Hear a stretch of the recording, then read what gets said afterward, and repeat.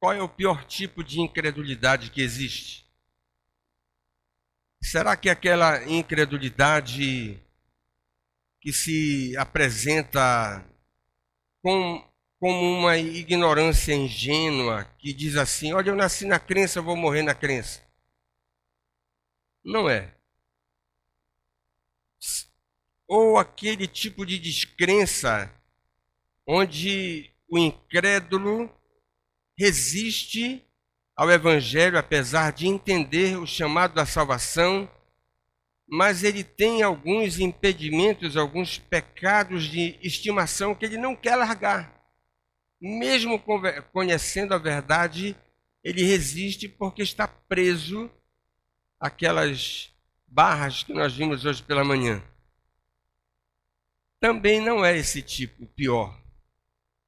Mas será que é aquela descrença que você tem no cientista, naquele homem com uma capacidade intelectual e um conhecimento acadêmico elevadíssimos, uma pessoa que alcançou todos os graus na ciência e até acredita na teoria da evolução, e diz assim: olha, não, a minha mente é rigorosa, extremamente cartesiana, e eu não acredito nessas coisas espirituais, muito menos, na verdade, revelada nas Escrituras. Será que é a descrença do cético moderno? Também não. E Jesus nos ensina no capítulo 8 do Evangelho de João, a partir do verso 21, que a pior de todas as incredulidades é a descrença que se aparece revestida de religiosidade. A descrença religiosa é a descrença dos judeus, com os quais Jesus trata aqui nesse texto. E eu quero ler com os irmãos. Esse texto ficou um pouco longo, mas ele é fundamental para que a gente compreenda esse assunto.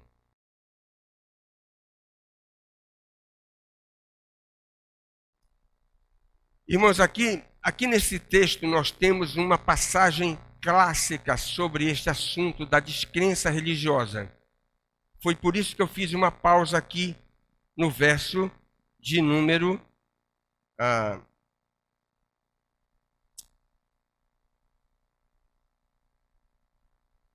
30. Ditas estas coisas, muitos creram nele. E no verso 31 disse: pois Jesus aos judeus que haviam crido nele. Mas você deve ter percebido, pela própria leitura do texto, que essa credulidade não era uma espiritualidade consistente, uma vez que eles são denunciados de muitas e muitas maneiras como sendo pessoas religiosas, mas de forma até contraditória, né? Eram religiosos descrentes. E, portanto, essa, sem sombra de dúvidas, é a pior forma de incredulidade que nós encontramos ao longo da história. O que nos convém discutir e tentar encontrar nesse texto tão precioso são as características dessa descrença religiosa. E nós já vimos a primeira hoje pela manhã e eu não vou repetir, que é aquela cegueira espiritual que os descrentes, ainda que religiosos, manifestam ter com relação à pessoa de Cristo, a quem é Jesus, e os judeus aqui demonstraram fartamente que eles não sabiam com quem eles estavam tratando, e também revelaram uma espécie de obscurecimento em relação aos ensinos, aquilo que Jesus estava ensinando. Parece que o mestre estava falando em mandarim, e eles não compreenderam absolutamente nenhuma palavra de Cristo e confundiram as coisas até de forma patética. E, portanto, não tinham clareza a respeito da obra realizada pelo Senhor Jesus. Geralmente você encontra essas duas coisas na descrença de qualquer espécie, uma completa ignorância com respeito aos traços, ao caráter, aos atributos daquele que é o Salvador, e também uma ignorância quanto à obra realizada por aquele que é o Messias prometido. Eu quero ver só mais uma característica hoje à noite. A descrença religiosa, regra geral, ela está associada com uma fraqueza moral irresolvível. E aqui convém andar com cuidado, com certa cautela. Há muitas pessoas, talvez você tenha parentes, conhecidos, vizinhos, colegas de trabalho, pessoas que estão mergulhadas no erro religioso, mas que apresentam uma excelentíssima conduta moral. Quem aqui conhece alguém assim?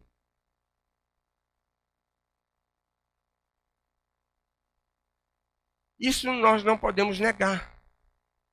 Aí você vai ver uma pessoa ligada a uma seita estranha, a uma religiosidade aparentemente cristã, que de cristã não tem nada.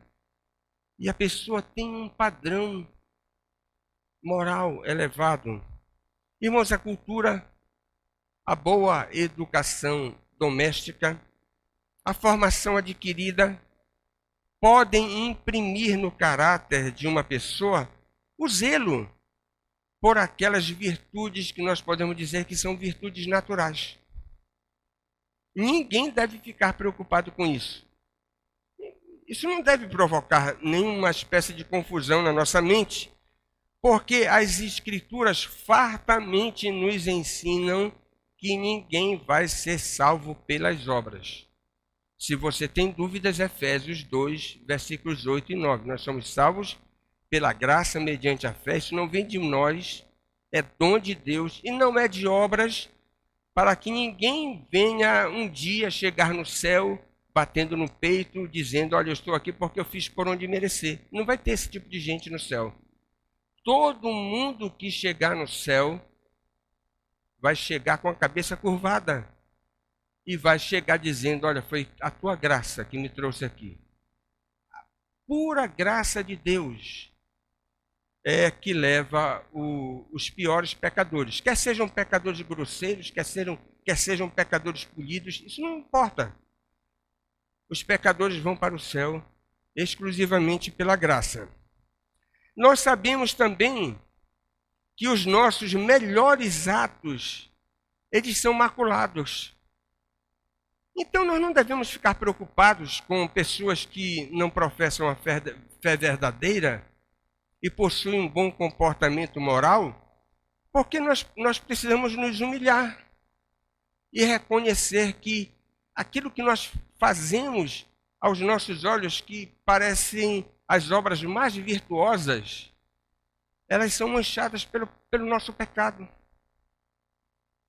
Se você tem alguma dúvida quanto a isso, eu recomendo que você leia Isaías 64:8, quando o profeta diz, com toda a sua inspiração, que as obras daqueles que fazem parte do povo de Deus não passam de trapos da imundícia. E, irmãos, se moralidade salvasse, o jovem rico não teria sido desafiado por Cristo para se arrepender e crer. Se tem alguém no registro dos evangelhos que poderia mostrar, e mostrou, né, a sua carteirinha quase que de um homem absolutamente imaculado, foi esse camarada que nós não sabemos nem o nome dele, o jovem rico. E Jesus o despachou, dizendo que ele ia para o inferno com toda a moralidade dele. É o que nós aprendemos na palavra de Deus. Além disso, os religiosos descrentes que conseguem levar uma vida razoavelmente saudável do ponto de vista moral, e essa é a nossa observação, são a exceção. Nós não vamos encontrar tanta gente para nos embaraçar a cabeça no erro religioso, vivendo de forma correta, com essa moral elevada. Não vamos encontrar. é a exceção. A regra geral parece ser aquele tipo de religiosidade complacente que flerta conscientemente com o pecado, supostamente ancorada na infinita misericórdia perdoadora de Deus. Talvez você conheça pessoas assim, que levam a vida à vontade na desobediência a Deus e sempre repetem que Deus é infinitamente misericordioso e que vai ser bondoso com eles, perdoando-lhes completamente o que eles fizeram. E aqui cabe uma observação especial. Esse fenômeno estranho que nós vemos aqui de descrença religiosa misturada com fraqueza moral irresolvível, ele é observado tanto na esfera da falsa religião, quanto no meio da mais honrada tradição religiosa. E é bom que se diga isso para que ninguém presuma que, na qualidade de crentes autênticos, essas ocorrências só se dão entre os animistas, aqueles que acreditam na divindade das árvores, ou entre as seitas estranhas, com ideias mirabolantes, absolutamente anticristãs, ou ainda no meio do catolicismo papista. E talvez você já tenha feito parte disso, né? Você sai da procissão religiosa e vai para o arraial. As duas coisas estão inseparavelmente ligadas, né? Quem aqui já foi dessa tradição deve ter feito isso. Eu fiz muitas vezes, né? Terminava a procissão de manhã, o Círio de Nazaré, já estava tudo pronto na casa do meu avô, né? Comida e gole, né? As coisas estavam casadas. É por isso que você tem arraial com religiosidade, porque as irmãs gêmeas, filhas de Satanás, são a idolatria e a imoralidade. Então não é estranho que essas coisas estejam casadas.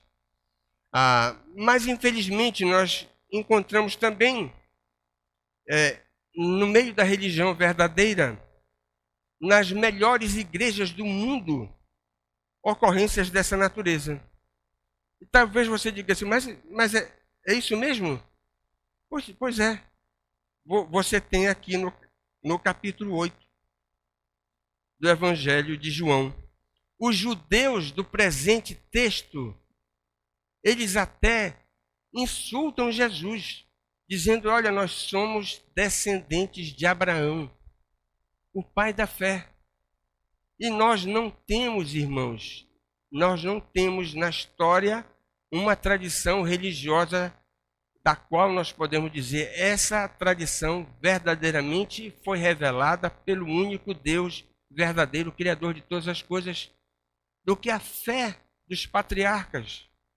E aqueles judeus incrédulos estavam dizendo, olha, nós somos descendentes de Abraão, nós estamos ligados a essa tradição que é a tradição verdadeira da fé salvadora. Os judeus que conversaram com Jesus. E há fartos exemplos disso nas Escrituras. Você já imaginou? Na primeira família piedosa da face da terra, é um negócio que nos assombra. O aspecto contundente do pecado. Porque nós temos 2 irmãos naquela primeira família e Caim vai matar Abel. Mas na primeira família, crente da face da terra, você vai ver entre os patriarcas Esaú tendo uma relação irresolvível com Jacó. Esaú incrédulo e Jacó crente.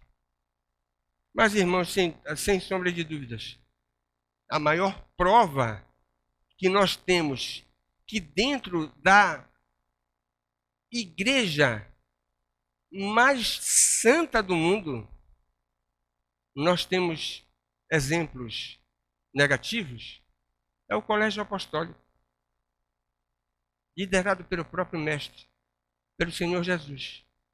Ele chamou 12, mas um era descrente. O bispo Riley diz que Judas Iscariotes é um farol para que nós possamos entender que na igreja verdadeira nós temos, como diz Agostinho também, uma membresia mista. Nós nunca seremos capazes de formar uma comunidade que professa a verdadeira fé no mundo, que seja completamente isenta de qualquer exemplo dessa natureza. Eu queria destacar duas coisas aqui com relação a esses judeus. Eles são denunciados por Cristo como homicidas potenciais.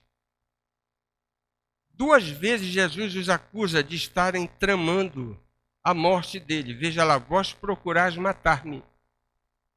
Veja o verso 37. Veja o verso 40.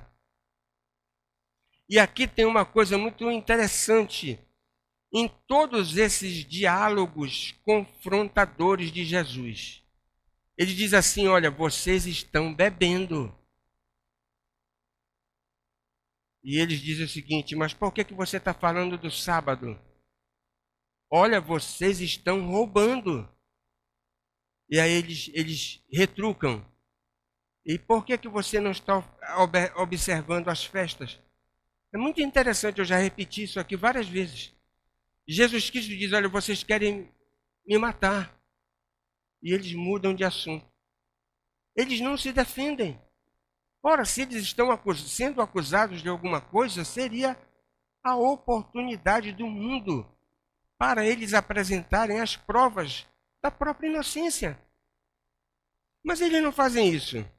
Pelo contrário, a própria história subsequente vai mostrar que, de fato, eles eram culpados. Estavam arquitetando mesmo a morte de Jesus.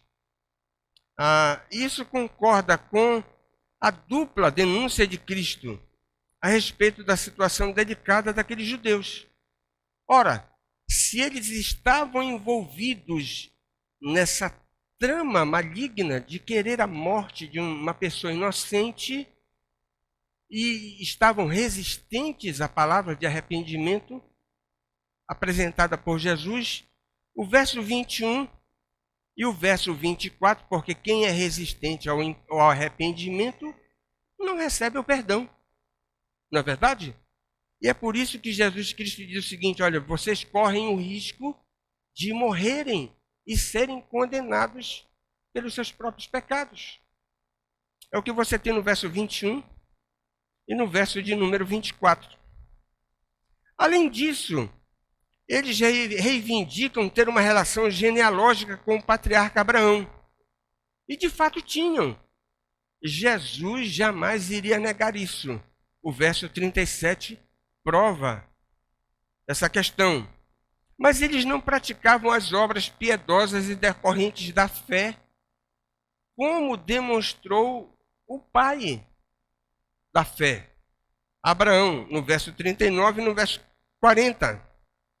Havia, portanto, uma contradição entre a herança religiosa da qual eles faziam parte e até se orgulhavam, e o próprio comportamento que adotavam. Irmãos, aqui jaz uma advertência severa para todos nós. Na capela de Westminster,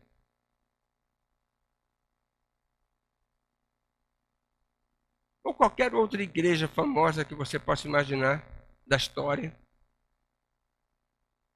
ou do presente, nós sempre teremos pessoas desafinadas com o padrão revelado nas Sagradas Escrituras. É possível que alguém adote o melhor sistema de fé que nós possamos reconhecer em toda a história e andar de forma incoerente com esse padrão adotado. O camarada pode subscrever todas as confissões mais brilhantemente produzidas na era protestante, mas ainda assim não viver de acordo com os padrões que ele próprio subscreveu. É claro que os judeus, aqui no Evangelho de João e também nos outros evangelhos, são um exemplo clássico dessa dicotomia entre a confissão de fé e a maneira de viver. Eles se tinham como ortodoxos, mas viviam como heterodoxos.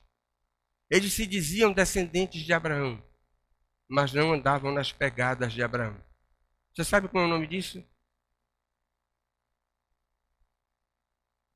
Uma palavra que eu tenho até dificuldade de pronunciar porque dói no meu ouvido.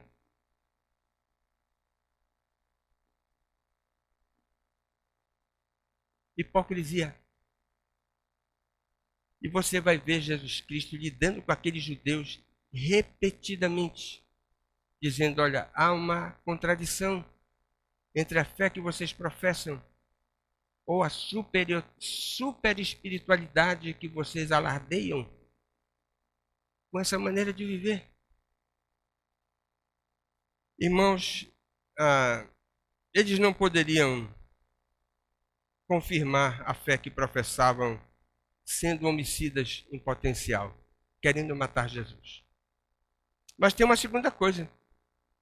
Eles são flagrados como, mais uma vez, como criminosos inveterados.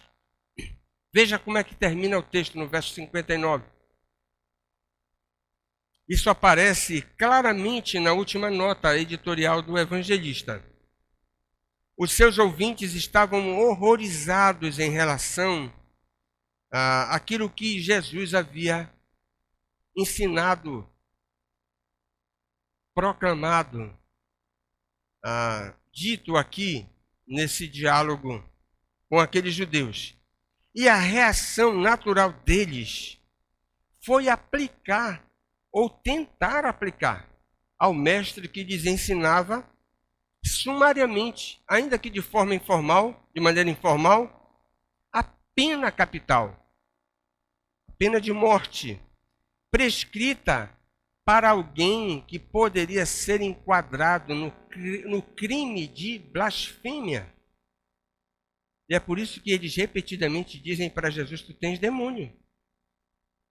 Porque eles sabiam que Jesus estava se identificando com aquele que é 3 vezes santo. E, inclusive, se apresentando com o eu sou. Né?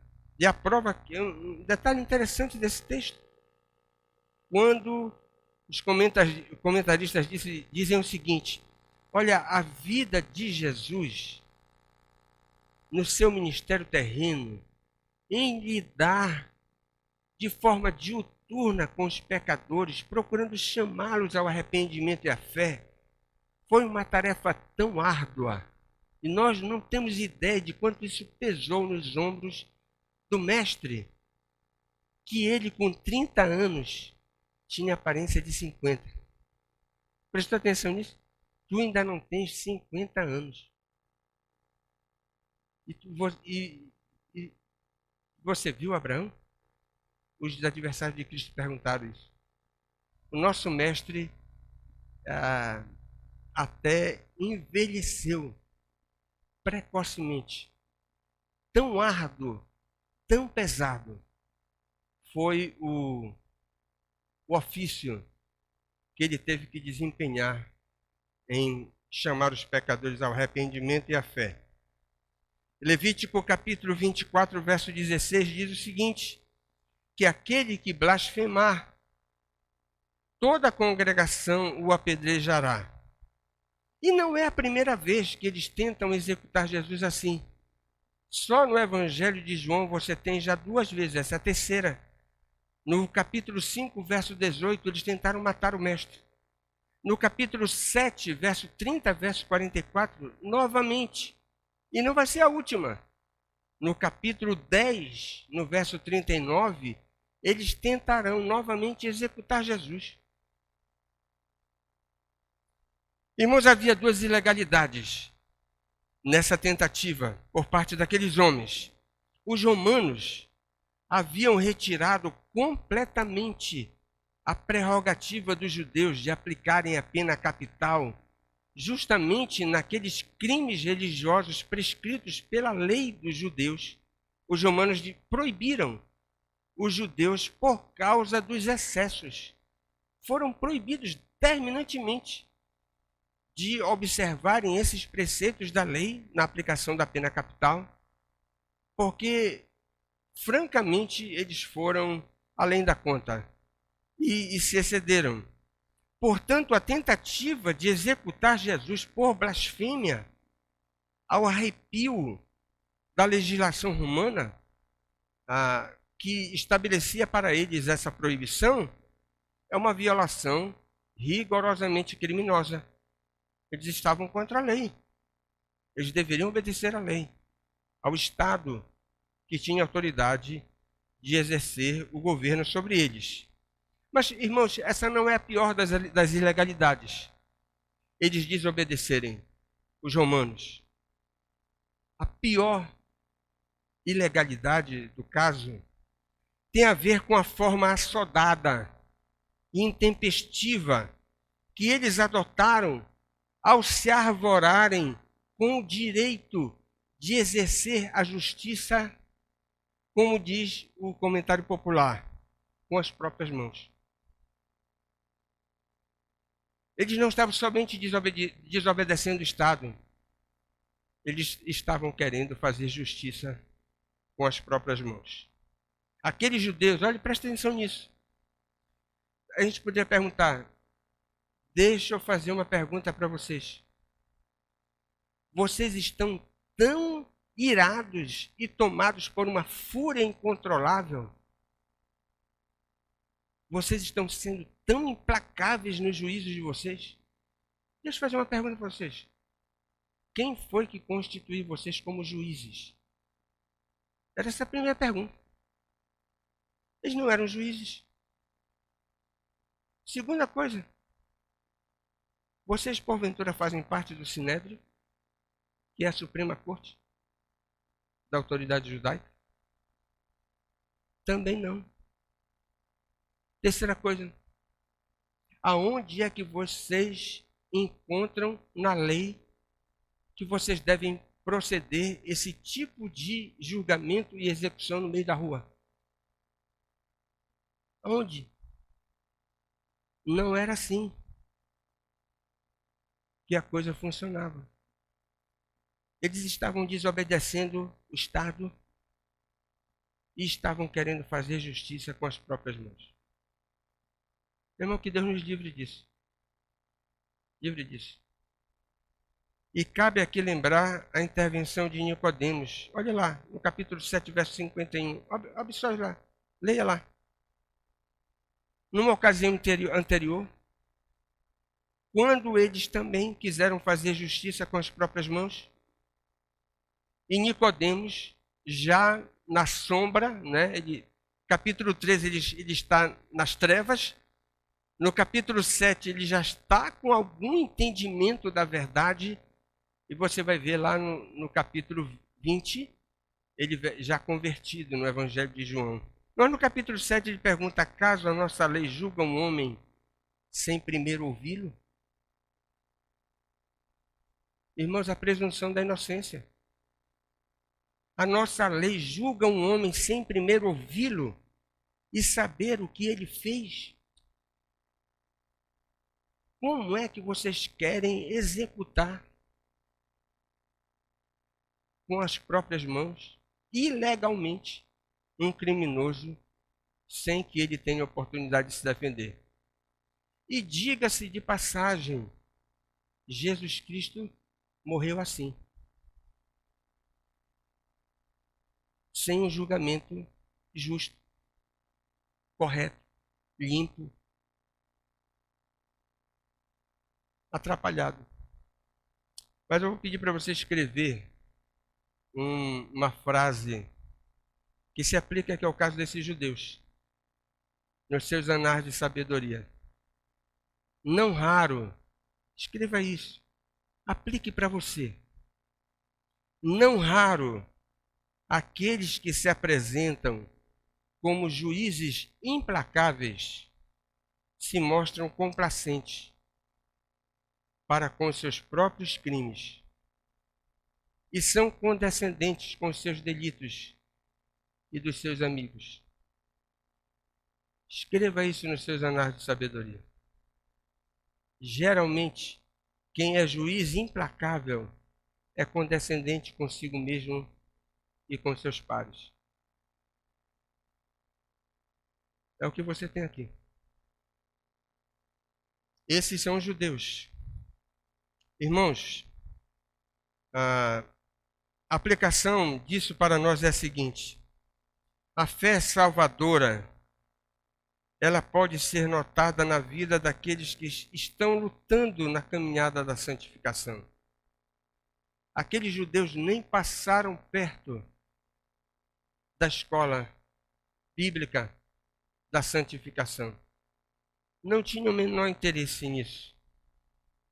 Eles estavam apenas imbuídos, tomados, assodados por preceitos legalistas, desobedecendo o Estado e agindo de forma criminosa, passando por cima da própria legislação judaica com relação ao crime de blasfêmia que eles queriam impingir no mestre que era inocente com relação a isso. Preceitos legalistas. Nós devemos procurar viver procurando demonstrar não apenas afeição pelos padrões morais da lei que Deus nos dá na sua palavra, mas procurando demonstrar através do nosso testemunho, como um observador disse a respeito do profeta: eu sei que a palavra de Deus na sua boca é verdade, porque você anda de acordo com a verdade que você professa.